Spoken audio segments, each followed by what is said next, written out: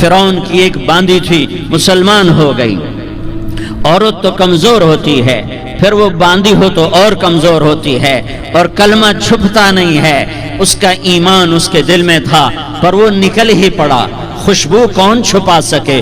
خوشبو کیسے چھپ سکتی ہے؟ اس کے ایمان کا پتہ چل گیا۔ فرعون نے اسے پکڑوایا۔ اس کی 2 بیٹیاں تھیں، ایک دودھ پیتی تھی، ایک انگلی پکڑ کے چلتی تھی۔ اس نے بڑے کڑا میں تیل ڈالا، اس کے نیچے آگ جلائی، تیل کھولنے لگا۔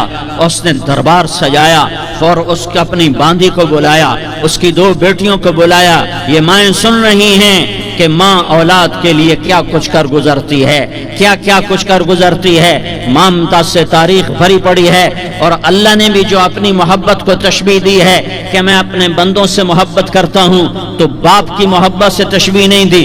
اللہ نے کہا میں ماں سے 70 گنا زیادہ پیار کرتا ہوں۔ اس نے کہا فرعون نے کہا اگر تو موسیٰ کے رب پہ ایمان لائی تو تیری دونوں بیٹیوں کو جلا دوں گا اس تیل کے اندر، اور تجھے بھی جلا دوں گا اس تیل کے اندر۔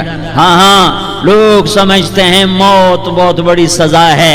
ارے جس نے اللہ کو پا لیا اس کے لیے موت تحفہ ہے۔ وہ دنیا کے دکھوں سے نجات پا گیا اور آخرت کی نعمتوں کا حقدار بن گیا۔ تو فرعون کی باندھی نے کہا فرعون یہ تو میری 2 ہیں، اگر میرے پاس اور ہوتی، میرے پاس 100 ہوتی تو میں 100 بھی اللہ کے نام پہ قربان کر دیتی۔ فقض ما انت قاض، کر جو تجھے کرنا ہے۔ انہوں نے بڑی بیٹی کو پکڑا، انہوں نے کہا اماں ہائے اس ماں سے پوچھو جس کے آگے جلتا ہوا تیل اور اس کی بیٹی کو ڈالا جا رہا ہو، اور وہ اماں کہے، اور اس کا ایک بول ماں کا، ایک بول بیٹی کی جان بچا سکتا ہو۔ کلمہ کفر کہہ جا، گھر میں جا کے توبہ کر لے، معاف ہو جائے گا۔ میں قربان جاؤں۔ ایک مقام ایمان کا ایسا آتا ہے کہ قربان ہونا زیادہ محبوب ہو جاتا ہے جان بچانے سے۔ انہوں نے کہا اماں، انہوں نے کہا بیٹی صبر، اللہ کے نام پہ قربان ہو جا۔ ادھر آ ستمگر، ہنر آزمائیں، تو تیر آزما، ہم جگر آزمائیں۔ نہ کر لبوں کو سی، عشق ہے دل لگی نہیں، سینے پہ تیر کھائے جا، آگے قدم بڑھائے جا، یا زبان حال سے کہہ دے کہ ہاں ستائے جا۔ ہاں عشق کی آگ ایسے ہی بھڑکتی ہے، شمع ایسے ہی فروزاں ہوتی ہیں، یہ کمکمے تو بجھ جاتے ہیں، لیکن یہ ایمان والے جو شمع جلا گئے یہ آج تک روشن ہیں، جن کی روشنی میں چلنے والوں کو راستہ مل رہا ہے۔ انہیں بڑی بچی کو پکڑا، ٹانگوں سے پکڑ کے یوں ڈالا، وہ ہائے کرتی گئی اور وہ چٹک گئی اور وہ جل گئی اور وہ بھن گئی مچھلی کی طرح، تلی گئی مچھلی کی طرح۔ ماں ہے، اس کا کلیجہ پھٹ گیا، لیکن آنکھوں سے آنسو کا ایک قطرہ نہیں نکلا۔ صبر دیکھنا ہو تو اسے دیکھو، صبر پڑھنے سے نہیں آتا، اسے دیکھو ایک قطرہ نہیں نکلا تو اس نے کلیجہ پھٹ گیا۔ تو اللہ نے ماں کی آنکھوں سے پردہ ہٹایا اور اس نے دیکھا اپنی بیٹی کی روح کو نکلتے ہوئے۔ بیٹی کہہ رہی اماں صبر کرو، ابھی جنت میں اکٹھے ہو جائیں گے۔ پھر انہوں نے چھوٹی بچی کو پکڑا، دودھ پیتی، جسے پتہ بھی نہیں میرے ساتھ کیا ہونے والا ہے، اس کی تو آہ بھی نہ نکل سکی، اور اسے انہوں نے تیل میں ڈال دیا اور وہ جل کے کوئلہ ہو گئی۔ ماں کی آنکھوں سے پردہ ہٹایا، اللہ نے ماں نے بچی کی روح کو نکلتے دیکھا کہ اماں صبر صبر، ابھی اکٹھے ہو جائیں گے۔ پھر جب اس کو پکڑنے لگے تو اس نے کہا فرعون میری ایک خواہش پوری کرو گے؟ کیا؟ کہ جب مجھے بھی جلا دو تو مجھے اور میری بیٹی کی ہڈیاں باہر نہ پھینکنا، ہمیں کٹھے کہیں دفن کر دینا، کٹھے کہیں دبا دینا۔ فرعون نے کہا ہاں تمہاری یہ خواہش پوری کر دی جائے گی۔ ہاں دنیا میں اللہ فرعونوں کو مہلت دیتا چلا آیا، لیکن فرعونوں کو مار کے دکھایا۔ نمرودوں کو مہلت دیتا چلا آیا، پھر نمرودوں کو مار کے دکھایا۔ قارونوں کو مہلت دی، پھر قارونوں کو مار کے دکھایا۔ پھر جنت اور جہنم کا نظام بنایا۔ پھر ایک دن مجھے بھی کھڑا کرے گا اور تمہیں بھی کھڑا کرے گا۔ پھر ایک طبقہ جنت کا حقدار بنے گا، ایک طبقہ آگ کا حقدار بنے گا۔ پھینک دیا، جل گئی، ہڈیاں نکل آئیں۔ انہیں ہڈیوں کو اٹھا کر زمین میں دبا دیا۔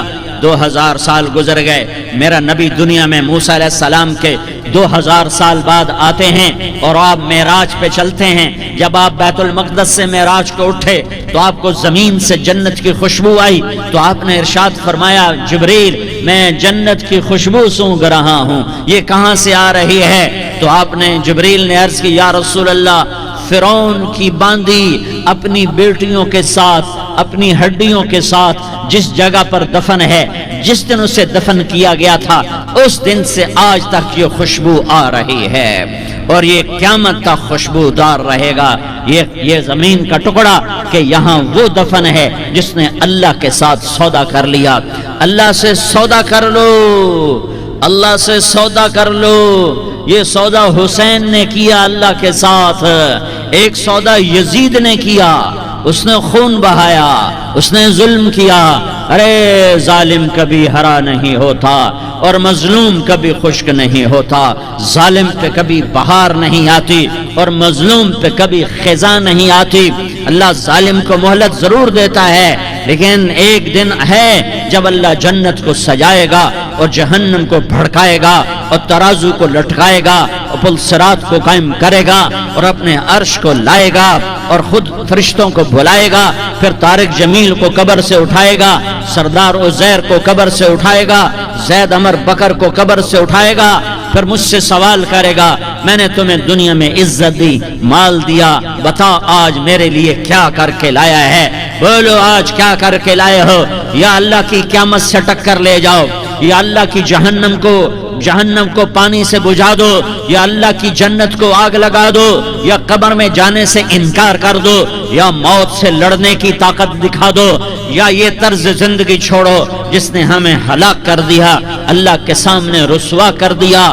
موت ہے, جنت ہے, جہنم ہے, آخرت ہے, اللہ ہے, رسالت ہے, محمد مصطفیٰ کی ہستی ہے جو تمہارے لیے پس گیا, لٹ گیا, دان توڑوائے, خون ہوا. جاؤ چلو میرے ساتھ, میں تمہیں طائف کے پہاڑوں میں لے جاؤں اور میں تمہیں وہاں کھڑ کے سوال کروں.